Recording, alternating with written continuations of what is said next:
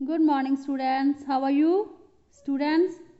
Yesterday we learned the phrases and clauses. Your grammar topic, phrases and clauses. I hope you have understand. And today I am going to start conditionals. Conditionals are the sentences that have two clause. Conditional वो sentence होते हैं जो जिसमें जो है दो clause आते हैं, an if clause and a main clause. If से वो जो है एक इफ क्लॉज से शुरू होता है, इफ से शुरू होता है, और एक मेन क्लॉज होता है. दैट आर क्लोजली रिलेटेड, और दोनों का आपस में काफी क्लोजली रिलेटेड संबंध होता है. Depending on the content of a sentence, conditionals can be of 4 types. ये 4 प्रकार के होते हैं. Zero conditional, the first conditional, second conditional, third conditional. Now we learn about zero conditional. We use the zero conditionals to talk about things that are always true.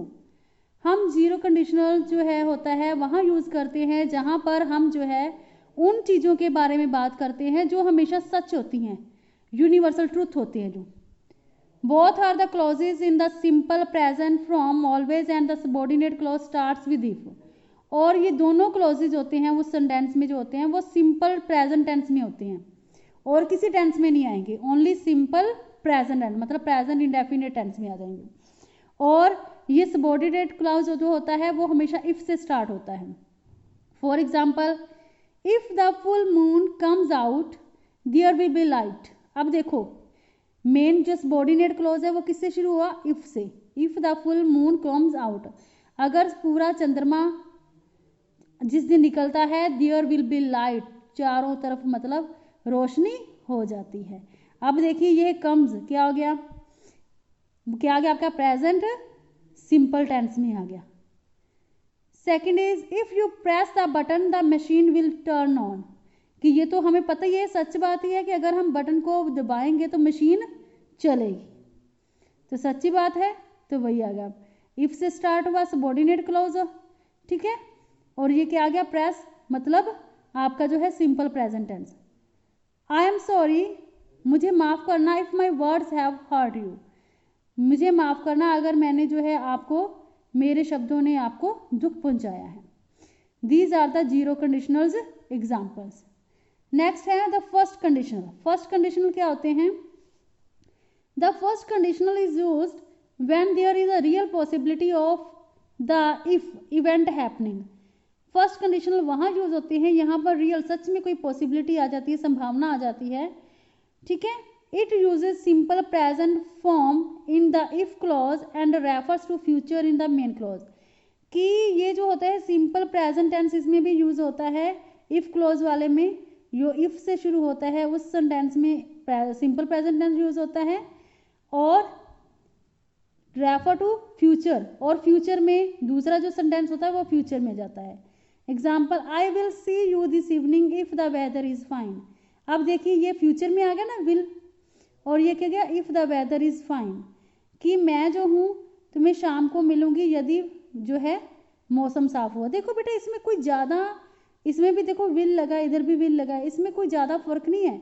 सिर्फ इसमें जो है वो पूरी तरह से सच्चाई है, बिल्कुल सच है, वो बातें आ गई. और इसमें जो है कोई भी सेंटेंस हो जा सकता है जो रियल होता है, बस, ठीक है, रियल पॉसिबिलिटी, संभावना होती है.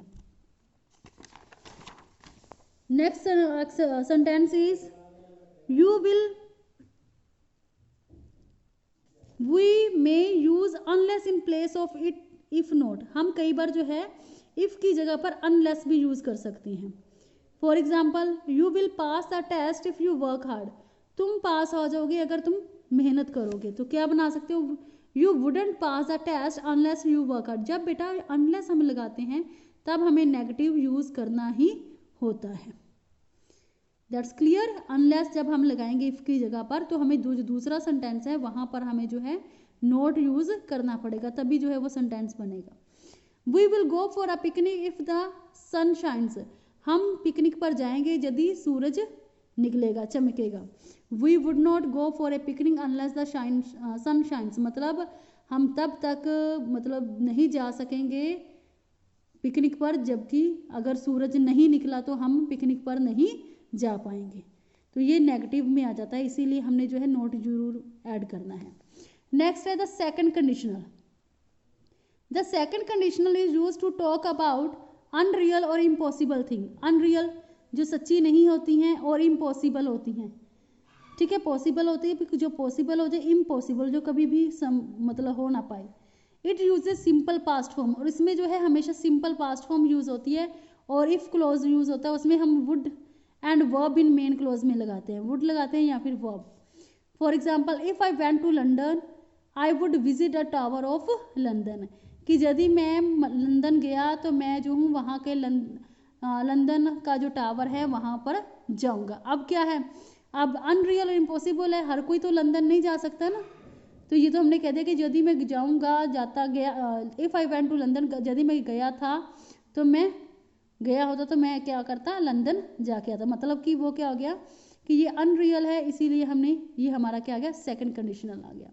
If they made me the principle of the school, अगर वो मुझे स्कूल के प्रिंसिपल बनाते, I would change my things, मतलब मनगढ़ंत बातें है ना, तो मैं सारा सिस्टम चेंज कर देता, सारी चीज़ें चेंज कर देता।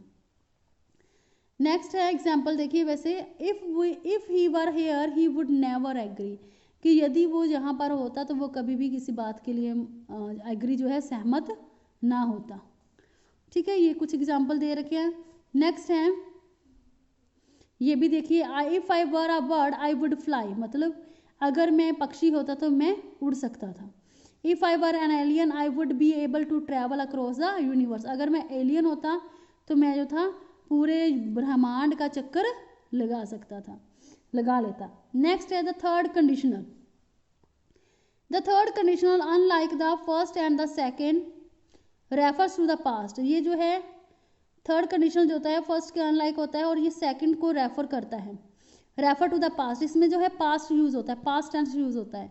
They describe something that didn't happen, ठीक है, जब कुछ ना हुआ वो उसे डिस्क्राइब करता है। जैसे कि if I had work hard, यदि मैं मेहनत करता, I would have passed the test, तो मैं जो हूँ टेस्ट पास कर लिया होता, मतलब अगर मैं मेहनत की होती तो मैं तो कैसे बनेगा, but I did not work hard, इसका मतलब क्या है कि मैंने मेहनत नहीं की और मैं टेस्ट पास नहीं कर पाया, मतलब उसी का नेगेटिव आ गया।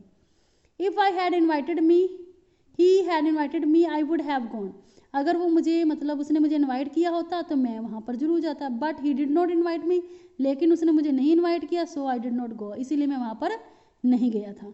तो क्या है, मतलब बात तो यही आ गई ना कि नेगेटिव ही, कि उसने हमें ऐसा नहीं किया, अगर होता तो मैं ऐसे करता, इसका मतलब कुछ भी पॉसिबल नहीं हुआ ना, इम्पॉसिबल हो गया सब। तो ये है आपके बेटा कंडीशनल्स। तो मुझे लगता है कि आपको समझ आ गई होगी। तो जो मैंने आपको कल एक्सरसाइज दी हुई है, फर्स्ट वर्कशीट दे रखी थी आपको कि आपने जो है फर्स्ट वर्कशीट से लेकर 8 वर्कशीट तक कंप्लीट करनी है। I hope you have completed. और नेक्स्ट जो है 9 to 13 वर्कशीट है आई थिंक, तो आपने जो वो है वो भी वर्कशीट इसी के अकॉर्डिंग है, इसी से रिलेटेड है, तो वो आपने वर्कशीट जो है कंप्लीट करनी है। Thank you, have a nice time.